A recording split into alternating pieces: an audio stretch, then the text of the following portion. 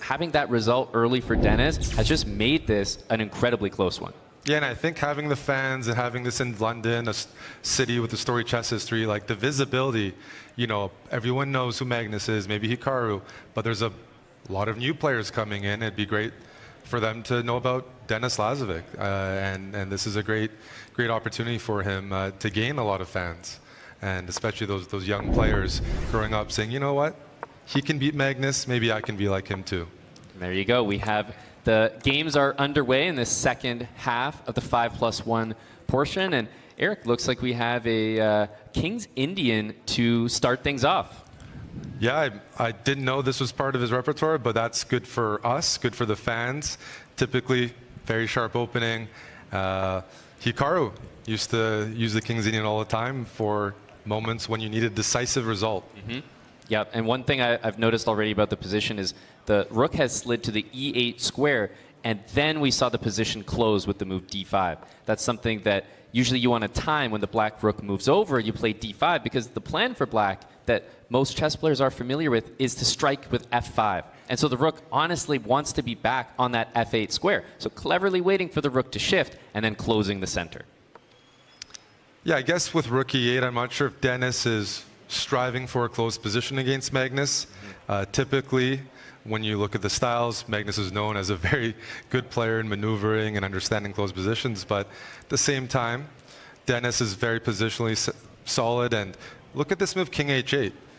That's attached to the idea that I know of knight g8 and bishop h6, trading off that dark squared bishop that's blocked by, you know, the pawn on e5. Exactly. You talk about good and bad bishops. Your good bishop, that bishop on d7 for black, the opposite color of where most of those pawns are fixed. And so you mentioned a nice plan, trading off black's, let's say, poor bishop on g7 for white's good bishop on e3 is a great plan to follow.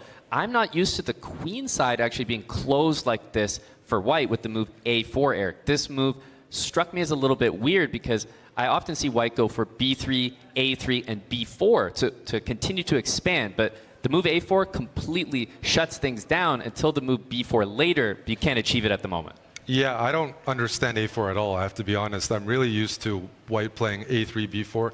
Look at the knights on c3 and d3. Look at the bishop on e3. They're ready to support this b4, c5 push with the pawn on a3. But with the pawn on a4, like generally in the King's Indian, white's supposed to push on the queen side, and you need pawn flexibility. You need to be able to push your pawns forward. Here, even if white prepares b4 in the future, you'll notice the a4 pawn will then be isolated. The c4 pawn won't have any support to move forward. Yeah. I'm not familiar with this. Yeah, that seems unusual. The move king h8 might feel unusual as well, but connected with that idea of knight g8 and bishop h6, for the moment, it looks like white's going to play queen d2, and it's just been played on the board. That prevents that knight g8 move for the moment from having an impact with bishop h6, but you can still achieve it. h5, king h7, bishop h6 if you want to go for that plan, or rook f8, clearly indicating, Eric, that now it's time for f5, which is the most traditional plan when it comes to the King's Indian structures. Yeah, I'm really curious what Magnus is striving for here, because once f5 is played, I mean, even this rook on a3, I'm not exactly sure where it's headed. Investing some time with moves like that, it feels like a good King's Indian. Black's plan is clear. And sometimes that's a huge advantage in blitz. This time controls, we've moved to the 3-1 portion. So having a clear plan where you know your next 3-4 moves, you want to pressure the king side, that should probably manifest into a time advantage for Lazavik. Yeah, now pay attention to the maneuvering here. The rook on a3 now comes alive to perhaps go over to the g3 square in the future, or at least exert some support along the third rank. The bishop is going to go to that d4 square, as you're highlighting. That knight on f2, multi-purpose. You can bring it to d1 and to e3, where it's going to blockade that e4 pawn perfectly. And from f2 or e3, it supports the move g4. So it could, Eric, actually be white that expands on the king side, and we see it right away. G4 before preparing it with maybe like king h2, that's ambitious. And I think we simply have to look at the move right now, queen h4. Is white risking a lot here? Is that king weak?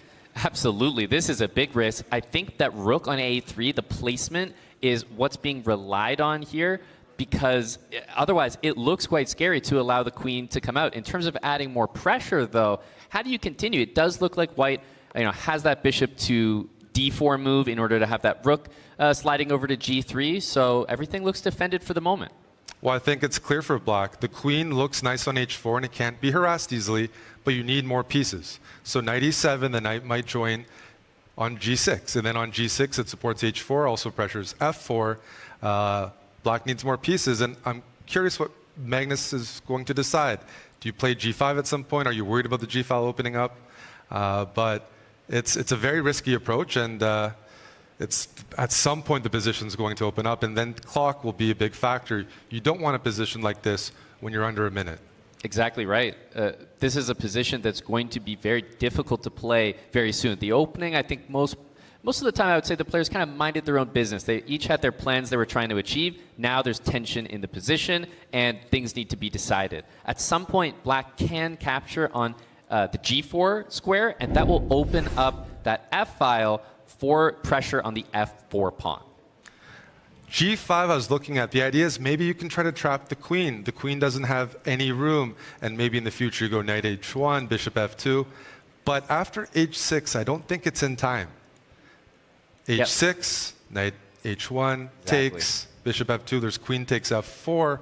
Not sure if Magnus missed the tactic here, because if the g file opens up, feels like black's attacking chances increase exponentially. Yeah, that's exactly right. You talk about the odds coming in for Magnus on Polymark are definitely going to be affected by even just a single game when it comes to a match like this. I see this position as one that could go very, very wrong, if not wrong already for white. We weren't sure about this a4 plan, and honestly, Eric, the queen side has been totally forgotten. It's all about the king side. This is a king's Indian dream. Yeah, I think you want to look at imbalances. The knight on b5 looks nice there, but the knight on a6 defends c7. So then we have to look at the rest of the pieces. And black's goal is to use every other piece, the bishop, the knight, the rooks, transfer them over to the king side and attack this weak king on g2. So expecting to see knight g6, rook g8. The f4 pawn's also pretty loose. I don't see the compensation from Magnus opening up his king side, but there's no pressure on black. Yeah, there's also this idea, this knight on a6 is really just covering the c7 pawn at the moment. But, in the future, we could see the bishop trade for the knight on b5. That knight will jump into the c5 square. And as the pieces shift over to the king side, look for that knight to potentially wedge itself from c5 into d3. That will disconnect that rook from a3. That could play a major role in the future. In knight c5, white, when you look at exchanges, you generally don't want to trade off your dark squared bishop. It's holding the f4 pawn. With bishop d4, you can trade it off because it's black's dark squared bishop, but that's maybe the only exchange. Because if this black bishop can stay there, unchallenged, that's just a very strong piece. Exactly. There's weak pawns here. f4, h3. The king on h2 is, sheltered for the moment, but the knight on h4 is very strong. The f3 and d3 squares are two destinations I can see those black knights arriving to. The bishop can only cover one at a time. So there could be a situation where, and we're starting to see, bishop takes b5 and very likely knight c5, but could be also knight b4 into the d3 square. Yeah, I think we'll see knight c5 just because it has the additional benefit of keeping maybe the rook honest on a3, hitting a4. And Denis knows that Magnus is not trading off this dark squared bishop for the knight. But if you don't trade it off for the knight, then this knight has an outpost for the rest of the game, and that's a huge improvement. That's right. Knight c5, if white were to play a move like b3 to guard the a-pawn, disaster really, because the coordination is completely ruined. The rook on a3 can no longer help on the king side, and the rooks are shifting and probably doubling soon on the g-file. I love black's position here. When I compare the pieces, once the knight reaches to c5, it's an outpost. The bishop on e2 is blocked by white's own pawns. The knight on h4 is better than knight on g3. Why? It defends f5, it opens up the g-file, and maybe black can start doubling on the g-file. And I just don't see the initiative or compensation from Magnus whatsoever. Yeah, we see knight to h5 played. So hitting the f6 square, the g7 square, and you see the blue arrow indicating knight d3. I highlighted this move earlier in the game because I knew at some point the coordination could be ruined. Knight f3 instead, though. Rook e4, that's an exchange sacrifice. Wow. But if you give black connected past pawns, that's probably worth much more than an exchange. Yep. And immediately declined. The knight can take that rook eventually, but for now, priority on eliminating that strong f3 pawn. So more to think about here for Denis. That was a great, like Magnus could not take the exchange. That was a forced move, I think. Absolutely, and the rook has to join the game. There was no way to play b3, because the rook on a3, you're almost down a rook at that point. So despite the a pawn hanging here, this move was forced, and already we see a sacrifice. Rook and knight for a queen, but the f5 pawn is weak, and so then if you can pick that up, that's a rook, knight, and a pawn for a queen. Might not be equal, but getting close to equality. Yeah, but this is a type of equal that there's going to be big chances for both sides. This isn't the equal where, you know, you change the channel and say this is going to be a draw. Not at all. Look at that eval bar climbing. Rook 2 to f3, preparing rook h4, pinning the queen, and I'm not sure where Magnus can place the queen safely. Yeah, at this point I'm wondering... that's a good one. I'm wondering how Denis is going to get out of this because rook h4 is just so strong. And look at the best move is b3, just improving the position slowly, Eric. That is a Magnus move, but under 20 seconds he finds it. Amazing. Rook h4 isn't ready to be played yet, so white wants to slowly improve the position because it's hard for black to find a move.